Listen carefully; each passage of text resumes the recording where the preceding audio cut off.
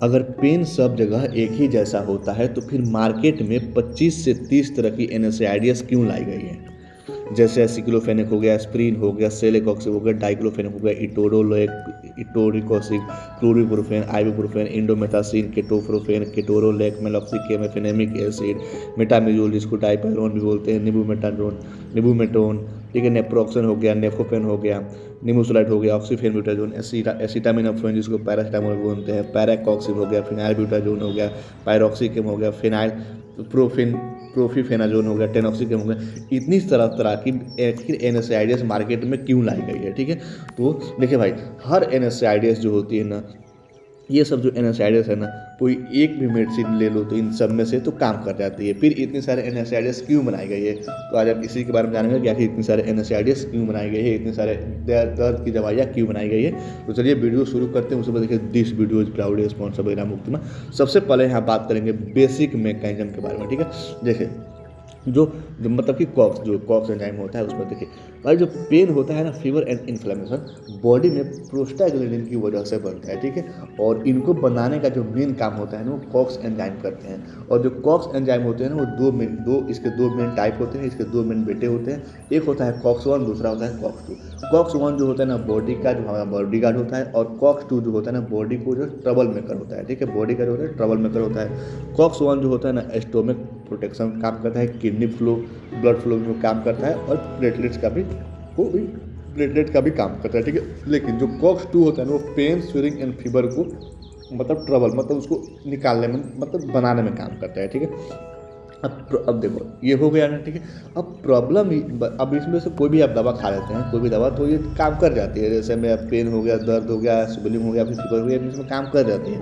लेकिन कुछ stomach protection भी उसका भी डैमेज करती है, किडनी फ्लो, ब्लड फ्लो भी, यानी प्लेटलेट। ठीक है, तो देखते हैं, देखो प्रॉब्लम ये होती है ना कि पहले के जो एनएसएआईडीएस होते हैं, जैसे एस्प्रिन हो गया, आइबुप्रोफेन हो गया, डाइक्लोफेनेक हो गया, और बहुत सारी ऐसी दवाइयाँ होती हैं जो दोनों कॉक्स 1 और कॉक्स 2 दोनों को क्या करती है, वो दवाइयाँ दोनों को क्या करती है, ब्लॉक करती है। कॉक्स 1 को भी ब्लॉक करेगी, कॉक्स 2 को भी ब्लॉक करेगी। ठीक है, जैसे आपका पेन तो कम हो गया, जैसे आप कोई भी दवा खा रहे हैं तो पेन तो कम हो गया, जैसे एस्प्रिन, आइबुप्रोफेन या डाइक्लोफेन की दवा खा रहे हैं तो पेन तो कम होगा। लेकिन अल्सर, गैस्ट्रिक ब्लीडिंग और किडनी प्रॉब्लम हो गया। क्यों हुआ? क्योंकि ये जो दवाइयाँ होती है ना, एस्प्रिन, डाइक्लोफेन, आइबुप्रोफेन, क्या करती है, कॉक्स 1 और कॉक्स 2 दोनों को ब्लॉक करती है। ठीक है, दोनों पे काम करती है। तो दोनों पे काम करती है, एक तो हो गया हमारा बॉडी गार्ड हो गया, जैसे स्टोमक प्रोटेक्शन करता है, किडनी ब्लड फ्लो अच्छा काम करता है, प्लेटलेट का भी काम करता है, पेन का भी काम करता है कॉक्स 2, और स्वेलिंग का भी काम करता है, फीवर का काम करता है। ठीक है, तो अगर आप ये दवाइयाँ खा रहे हैं ना, स्प्रिन टाइप की हो गई और आइबुप्रोफेन हो गया, डाइक्लोफेन हो गया, तो ये कॉक्स 1 कॉक्स 2 दोनों को ब्लॉक करेगा। तो आपकी जो स्टोमक प्रोटेक्शन, किडनी फ्लो और प्लेटलेट कम, ये सब डैमेज हो जाएंगे। ठीक है, और जब ये भी डैमेज हो जाएंगे, और इस पर तो काम करेगा लेकिन ये डैमेज हो जाएंगे। ठीक है, इसीलिए साइंस ने जो हमारे जो साइंटिस्ट है ना, वो क्या निकाला, वो सॉल्यूशन निकाला कि नए ड्रग ग्रुप बनाए। ठीक है, जैसे कॉक्स 2 सिलेक्टिव इनहिबिटर, जो कि केवल इसी पे काम करे, जो हमारी कॉक्स 2 है ना, इसी पे, जैसे आपको पेन हो रहा है तो केवल पेन पे ही काम करे, स्टोमक को प्रोटेक्शन उसको कोई डिस्टर्ब ना करे, हमारी प्लेटलेट्स को कम ना करे, या फिर जो हमारे जो किडनी है ना, किडनी के ब्लड फ्लो पर भी कोई इफेक्ट ना पड़े। ठीक है, इसीलिए उन्होंने क्या बनाया, एक सिलेक्टिव ग्रुप बनाया, एक सिलेक्टिव दवाई बनाया जो कि प्रॉपर उसी में काम करे। ठीक है, जैसे सेलेकॉक्सिब हो गया, इटोरिकॉक्सिब हो गया, पैराकॉक्सिब हो गया, ये जो दवाइयाँ होती हैं टारगेटेड रिलीफ देता है। ठीक है, और लेस्ट गैस्ट्रिक इशू, मतलब हमारी पेट की जो समस्या है उसको मतलब लेस करता है। ठीक है, इसीलिए ये सारी चीज़ें बनाई गई है, इतनी तरह की दवाइयाँ बनाई गई। ठीक है, अब यहाँ बात करते हैं पोटेंसी और रिसेप्टर बाइंडिंग में क्या डिफरेंस है। देखिए, जैसे हर एनएसएआईडीएस की बाइंडिंग पोटेंसी अलग होती है ना, वो जैसे हर एक इंसान की किसी न किसी के साथ बात करने की तरीका अलग होती है ना, वैसे ही हर एनएसएआईडीएस की बाइंडिंग पोटेंसी अलग होती है। जैसे आप यहाँ बात करते हैं आइबुप्रोफेन, जो होता है ना, हेडेक एंड माइल्ड पेन में काम करता है। ठीक है, और आपकी जो डाइक्लोफेनेक हो गया, वो मसल्स एंड ज्वाइंट पेन में काम करता है। जो केटोरलेक हो गया, वो बीस्ट मोड होता है, समझ रहे ना, पोस्ट सर्जरी पेन में काम किया, मतलब सर्जरी के बाद उसको दिया जाता है। मॉर्फिन के एकदम काफ़ी क्लोज होता है आपका ये कौन सा, केटोरलेक। ठीक है, और कुछ पैरास्टामोल हो गया, जो इन्फ्लेमेशन में तो वीक होता है लेकिन फीवर में कंट्रोल करने में काफ़ी ज़्यादा मतलब एकदम समझो किंग है, वो फीवर को कंट्रोल करने में मतलब बढ़िया है आपकी दवाई। ठीक है, मतलब कि देखो, फ्रैक्चर का पेन और हेडेक का पेन एक ही टेबलेट से ठीक नहीं होगा। जैसे आजकल बहुत सारे लोग जाते हैं, हेडेक हो गया या फिर कहीं दर्द हो रहा है, काफ़ी लंबे समय से दर्द हो रहा है, तो लोग पैरास्टामोल ले लेते हैं, बोलते हैं भाई कि हमको पैरास्टामोल दे दो। अब वो कैसे जानते हैं, जैसे कभी उनको दर्द हुआ होगा, बुखार हुआ होगा तो डॉक्टर ने लिख दिया होगा, बस वैसे बोलते हैं कि हाँ ये काम करते हैं तो वही लेकर खा लेते हैं। लेकिन भाई डॉक्टर ने आपका कंडीशन देखा, उसके हिसाब से आपको दवाइयाँ दी है, ठीक है, ऐसे ही नहीं दिया है। और कुछ लोग क्या करते हैं, गूगल से, यूट्यूब से, आजकल तो चैट जीपीटी आ गया, उससे भी देख लेते हैं, दवाइयाँ खाने की कोशिश करते हैं। बट ऐसा नहीं करना चाहिए। बताओ भाई इतनी तरह की दवाइयाँ तब क्यों बनाई गई है मार्केट में? कोई एक ही दवाई रहती है। जैसे आज आप लोग, बहुत लोग क्या करते हैं, पैरासीटामोल लेते हैं, ठीक है, कोई भी दवा खा करते हैं, पैरासीटामोल लेते हैं, कोई बीमारी होती है तो दर्द हो, सूजन, वैसा कुछ हो। पर मान लो भाई मार्केट में और भी तो दवाइयाँ हैं, इसको क्यों बनाई गई है जब आपको केवल यही खाना है? तो ठीक, तो इसी के बारे में तो आज हम लोग बात कर रहे हैं, समझ रहे हैं ना? तो ठीक है, अब मतलब ये पोटेंशियल रिसेप्टर हो गया, मतलब कि जो फ्रैक्चर का पेन है या जॉइंट पेन है, मसल्स पेन है, सब में एक ही तरह की दवाइयाँ काम नहीं करेगी, इसलिए अलग अलग तरह की दवाइयाँ बनाई गई है, ठीक है। उसके बाद बात करते हैं ड्यूरेशन एंड स्पीड की। जैसे भाई किसी को, कोई पेशेंट जो होता है ना बोलता है भाई हमको जल्दी रिलीफ चाहिए, और कोई पेशेंट जो होता है ना वो बोलता है कि नहीं हमको मतलब कि लंबे समय तक मतलब रिलीफ चाहिए, ठीक है। जैसे आइबुप्रोफेन जो है ना वो फास्ट काम करता है 4 से 6 घंटे के लिए, नेप्रोक्सन जो होता है ना वो स्लो काम करता है 12 घंटे के लिए, पायरोक्सिकम टोनॉक्सिकम जो काम करता है मतलब कि वो 24 से 48 घंटे तक काम करता है।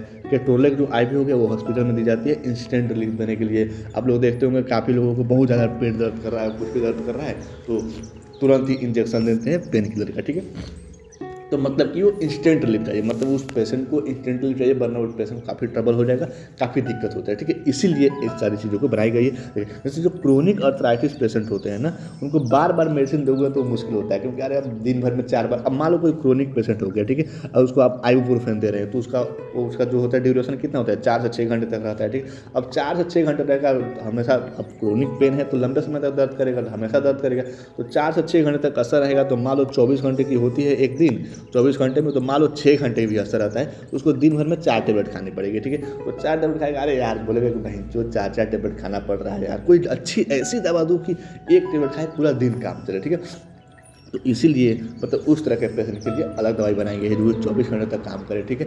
इसलिए आप लोग देखते होंगे बहुत सारे ऐसे पेशेंट हैं जिनको कोई और पेन किलर लिखा जाता है, कोई और पेन किलर लिखा जाता है, ठीक है। एक्यूट टूथ एक पेशेंट को इमीडिएट रिलीफ चाहिए, उसके लिए उसको फास्ट एक्टिंग एनेस्थीसिया दिया जाता है, फास्ट एक्टिंग पेन किलर दिया जाता है। जैसे वैसी दवाई दी जाती है जो मुँह में रखे तुरंत रिलीफ दे दे, मतलब कि टूथ एक वाले को, ठीक है। अब यहाँ पे बात करते हैं मतलब पेशेंट के हिसाब से दिया जाता है हर एक दवाइयाँ, पेशेंट के ड्यूरेशन के हिसाब से, वो कौन सी बीमारी है, कितने समय तक उसको असर चाहिए, क्रोनिक डिजीज है या फिर एक्यूट डिजीज है, उसको इमीडिएट रिलीफ चाहिए फिर लंबे समय तक रिलीफ चाहिए, उसके हिसाब से मतलब दवाई दी जाती है। इसीलिए इतनी सारे तरह की एनेस्थीसियास बनाई गई है, ठीक है। अब यहाँ पे बात करते हैं कि organ safety and tissue preference, मतलब ऑर्गन की भी सेफ्टी होनी चाहिए किसी न किसी पेशेंट को। हर एनेस्थीसियास हर बॉडी के लिए सेफ नहीं होता है। जैसे अगर आप डाइक्लोफेनेक ले रहे हैं तो लीवर का रिस्क है, निमोसुलाइड ले रहे हैं तो हेपेटोटॉक्सिसिटी का रिस्क है, एस्प्रिन ले रहे हैं तो गैस्ट्रिक ब्लीडिंग का रिस्क है, या फिर क्या बोलते हैं वो प्लेटलेट का भी रिस्क होता है, ठीक है। या फिर आप पैरास्टामोल ले रहे हैं तो लीवर ले रहे हैं तो लीवर ओवरडोज का रिस्क होता है, ठीक है। इसीलिए जो डॉक्टर होते हैं ना पेशेंट को देख करके ड्रग को चूज करते हैं, गूगल देख करके नहीं। जैसे आप लोग को क्या करते हैं, गूगल देखते हैं कि हाँ ये दवा जो होता है इसमें काम करता है, डायरेक्ट आते हैं मेडिकल शॉप से बोलते हैं कि हमको ये दवा दे दो, अब मेडिकल स्टोर वाला देता है। मेडिकल स्टोर पर भी फार्मासिस्ट नहीं बैठे रहते हैं और आप भी चुतियारे से काम करते हैं, क्योंकि आप जो होता है दर्द हर जगह एक ही तरह का होता है। तो इसका मतलब ये नहीं कि आप जाकर के कोई भी दवा ले लिए, क्योंकि दर्द जो होता है ना हर जगह हर बॉडी में अलग अलग होता है, पर आपको लगता है कि एक ही तरह का होता है, समझ रहे ना। आपको हमेशा अलग अलग तरह की दवाइयाँ लेने की ज़रूरत पड़ती है, इसलिए हमेशा डॉक्टर के पास जाइए, खुद से गूगल देख करके दवा ना लीजिए, ठीक है। अब यहाँ पे बात करते हैं स्पेशल क्लिनिकल यूज। जैसे देखिए हर पेशेंट जो होता है ना, जितने भी सारे पेशेंट होते हैं, हर पेशेंट हर एनेस्थीसियास की एक अपनी स्पेशल सीट होती है। जैसे हर पेशेंट जो होता है ना एक अब यूनिक होता है, वैसे ही हर जो एनेस्थीसियास है हर दवा होती है उसका एक यूनिक सब चीज़ होता है, ठीक है। जैसे एस्प्रिन जो होता है ना लो डोज में हार्ट अटैक हो गया, स्ट्रोक प्रिवेंशन, एंटी प्लेटलेट, ठीक है, इसमें काम करता है एस्प्रिन अच्छे से काम। आप लोग बहुत सारे लोग को देखते होंगे कि एस्प्रिन चलता है उनको, मतलब कि जो हार्ट की पेशेंट हो गए, उनको जो कोलेस्ट्रॉल की पेशेंट होंगे, उनको मतलब कि जो हार्ट अटैक वाले जो पेशेंट उनको एस्प्रिन चलता है, ठीक है।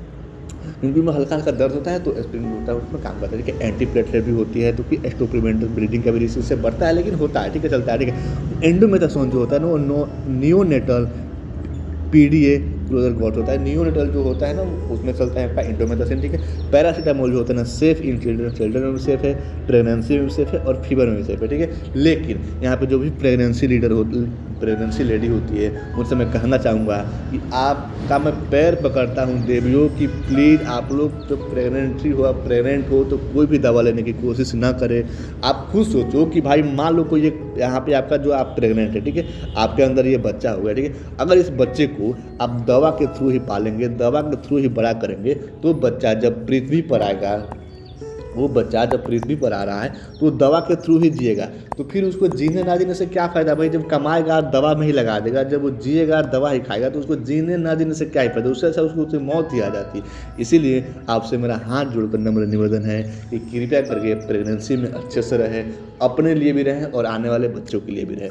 वरना जैसे आपका मान लीजिए बड़ा बच्चा हो गया, बड़ा जो हो गया बच्चा हो गया आपका, और खुद की जो पैसा कमा रहा है खुद के दवाई पे लगा रहा है, आपको दे ही नहीं रहा है, तो फिर आप बोलोगे कैसा बच्चा है यार, मुझे खर्चा पानी उठा ही नहीं रहा है, मेरे बुढ़ापा में देखी नहीं। अब कहाँ से देखेगा जब वो खुद के ऊपर ही सब चीज़ कर रहा है, ठीक है। इसीलिए आप कोशिश करें कि प्रेगनेंसी में जो होता है हमेशा सेफ रहें, दवा खाने की कोशिश, मतलब दवा ना ही खाएँ। ज़रूरी नहीं कि दवा, मतलब हो सकता है दवा खाएं लेकिन दवा ना ही खाएं, ऐसा आप कोशिश करिए। समझ रही हैं ना, ठीक है। और कुछ केटोनोलिक हो जाए जो कि पोस्ट ऑपरेटिव सेवियर पेन में भी काम करते हैं। कुछ क्लिनिकल स्पेशल जैसे सेलेकोक्स हो गया, इटोरिकोक्स हो गया, अर्थराइटिस एंड ओल्ड पेशेंट जो भी पुराने पेशेंट होते हैं उनमें, क्योंकि लेस स्टोमिक इरिटेशन करता है। मतलब ये क्या करता है, सेलेकोक्स इटोरिकोक्स, ये COX-2 इनिबिटर होता है। COX-2 इनिबिटर होगा तो पेन स्वेलिंग एंड फीवर काम करेगा, न कि स्टोमिक प्रोटेक्शन को डिस्टर्ब करेगा, किडनी ब्लड फ्लो को इफेक्ट करेगा, फिर प्लेटलेट को कम करेगा। मतलब प्लेटलेट इस सब पे कोई इफेक्ट नहीं देगा। क्यों? क्योंकि ये COX-2 इनिबिटर है, COX-1 इनिबिटर नहीं है।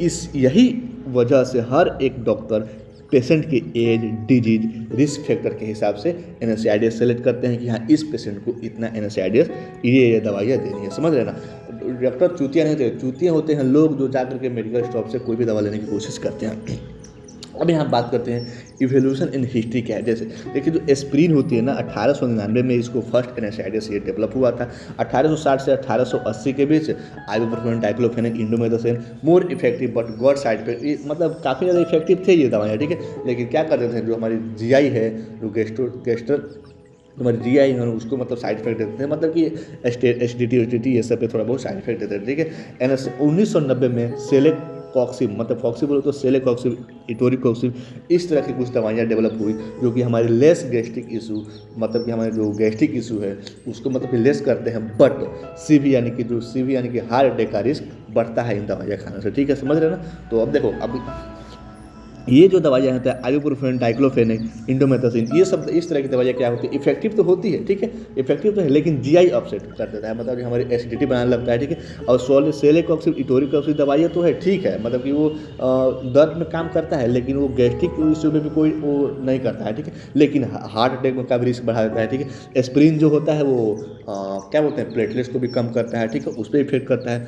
दर्द कम करता है, लेकिन प्लेटलेट का भी साइड इफेक्ट होता है। मतलब हर एक दवाई आप देख रहे हैं कि अलग अलग साइड इफेक्ट दे रही हैं। जैसे 1899 में एस्प्रिन बनाया गया जो कि काम तो कर रहा है लेकिन प्लेटलेट कम कर दे रहा है। और 1960 से 1980 तक आइबुप्रोफेन, डाइक्लोफेनेक, इंडोमेथासिन तो बनाया गया, वो दर्द में भी काम अच्छे से कर रहा है, ठीक है, लेकिन GI अपसेट कर देता है, ठीक है। फिर 1990 में क्या हुआ, कॉक्सिब, जैसे सेलेकॉक्सिब, इटोरिकोक्सिब तो बनाया गया जो कि दर्द में काम करता है, लेस गैस्ट्रिक इशू कर रहा है, लेकिन बट CV मतलब कार्डियक वेस्कुलर या फिर आपका हार्ट अटैक का रिस्क बढ़ाता है, ठीक है। इसीलिए मतलब कि जैसे जैसे देखा गया वैसे वैसे दवाइयाँ डेवलप होगी। आज मल्टीपल ऑप्शन है हमारे पास, ठीक है, ताकि जो डॉक्टर है ना किसी भी पेशेंट को कंडीशन के हिसाब से अच्छे से दवाइयाँ दे सके, ठीक है।